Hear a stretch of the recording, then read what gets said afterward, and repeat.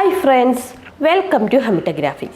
നമ്മൾ ഇന്ന് ഈ വീഡിയോയിലൂടെ നോക്കാൻ പോകുന്നത് ചെറിയൊരു ട്രിക്കിനെ പറ്റിയാണ്. അതായത് നമുക്കറിയാം, ഇപ്പോൾ ഒട്ടുമിക്ക ആൾക്കാരും അവരവരുടെ ഇഷ്ടപ്പെട്ട മ്യൂസിക്കൊക്കെ കേൾക്കുന്നത് യൂട്യൂബിലൂടെയാണ്. നമ്മുടെ ഇഷ്ടപ്പെട്ട ഏത് മ്യൂസിക് ആയാലും എത്ര കാലം മുമ്പുള്ള മ്യൂസിക്കൊക്കെ ആയാൽ പോലും യൂട്യൂബിൽ നമുക്ക് ലഭിക്കുന്നതാണ്.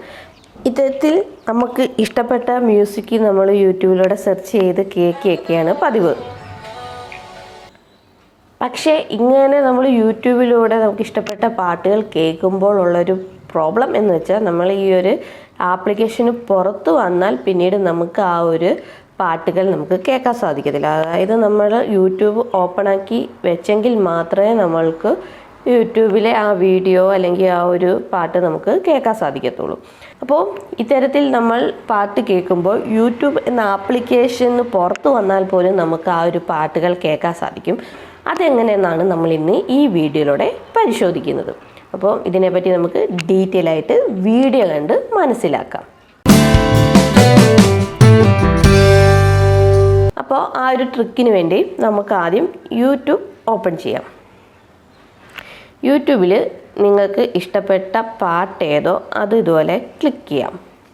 നമ്മുടെ ഇഷ്ടപ്പെട്ട ആ ഒരു പാട്ട് ഏതോ അതിപ്പോൾ ഇവിടെ പ്ലേ ആവുന്നുണ്ട്. ഇനി നമ്മൾ ചെയ്യേണ്ടത് എന്തെന്ന് വെച്ചാൽ, നമ്മൾക്ക് ഈ ഒരു കർസർ ഉണ്ടല്ലോ, ഈ ഒരു കർസർ ഈ ഒരു വീഡിയോയുടെ എൻഡ് വരെ നമുക്ക് കൊണ്ടുവെക്കാം.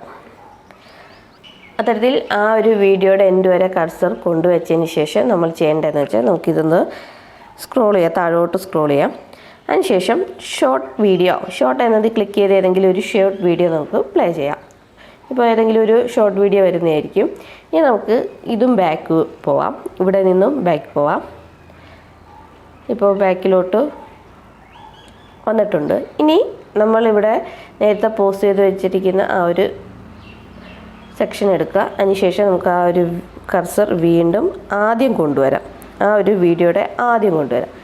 എന്നിട്ട് ഈ ഒരു വീഡിയോ പ്ലേ ചെയ്തതിന് ശേഷം യൂട്യൂബിന് ബാക്കിലോട്ട് വന്നാൽ പോലും നമുക്ക് ഈ ഒരു വീഡിയോ കേൾക്കാൻ സാധിക്കുന്നതാണ്.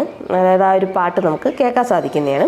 അപ്പോൾ നമുക്കതൊന്ന് ജസ്റ്റ് ചെക്ക് ചെയ്യാം. ഞാനിവിടെ ആ ഒരു വീഡിയോ പ്ലേ ചെയ്യാൻ പോവുകയാണ്. അതിനുശേഷം നമുക്ക് യൂട്യൂബിൻ്റെ ബാക്കിലോട്ട് വരാം.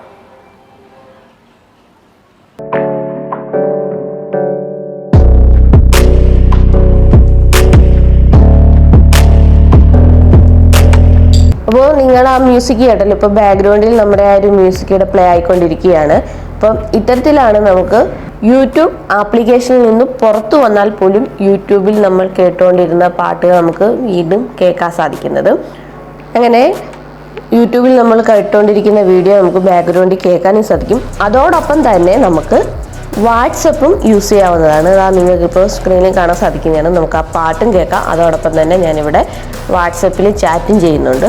ഇത്തരത്തിൽ നമുക്ക് യൂട്യൂബ് എന്ന ആപ്ലിക്കേഷൻ്റെ പുറത്ത് നിന്നുകൊണ്ട് തന്നെ നമുക്ക് യൂട്യൂബിൽ നമ്മൾ കണ്ട വീഡിയോസ് അല്ലെങ്കിൽ നമ്മൾ കേട്ട പാട്ടുകളൊക്കെ നമുക്ക് കേട്ടുകൊണ്ടേ ഇരിക്കാവുന്നതാണ്. പക്ഷേ ഇത്തരത്തിൽ ചെയ്യുമ്പോഴുള്ള ഒരു ചെറിയ പ്രോബ്ലം എന്തെന്ന് വെച്ചാൽ, നമുക്ക് ആ ഒരു വീഡിയോ ഇപ്പം നമ്മൾ സെറ്റ് ചെയ്ത ആ ഒരു വീഡിയോ സോങ് മാത്രമേ നമുക്ക് ഇങ്ങനെ കേൾക്കാൻ പറ്റത്തുള്ളൂ, അല്ലാതെ പിന്നീടുള്ള സോങ്സ് ഒന്നും നമുക്ക് കേൾക്കാൻ പറ്റത്തില്ല. അങ്ങനെ ചെറിയൊരു പ്രശ്നമാണ്. പക്ഷേ ആ ഏതെങ്കിലും ഒരു സോങ്ങിനെ ഒരുപാട് ഇഷ്ടപ്പെടുന്ന ആൾക്കാർ കാണുമായിരിക്കുമല്ലോ, അവർക്ക് പാട്ടും കേൾക്കാം, അതോടൊപ്പം ചാറ്റിങ് ചെയ്യാം. എന്തായാലും നല്ലൊരു ട്രിക്ക് തന്നെയാണ്. എല്ലാവരും ജസ്റ്റ് ഇതൊന്ന് ട്രൈ ചെയ്ത് നോക്കുക. നിങ്ങൾക്കിത് വർക്കാവുന്നുണ്ടെങ്കിൽ താഴെ കമൻറ്റ് ചെയ്യാൻ മറക്കല്ലേ. അപ്പം ഇതുപോലുള്ള മറ്റൊരു വീഡിയോ ആയിട്ട് നമുക്ക് വീണ്ടും കാണാം. അതുവരയ്ക്കും ബൈ ബൈ.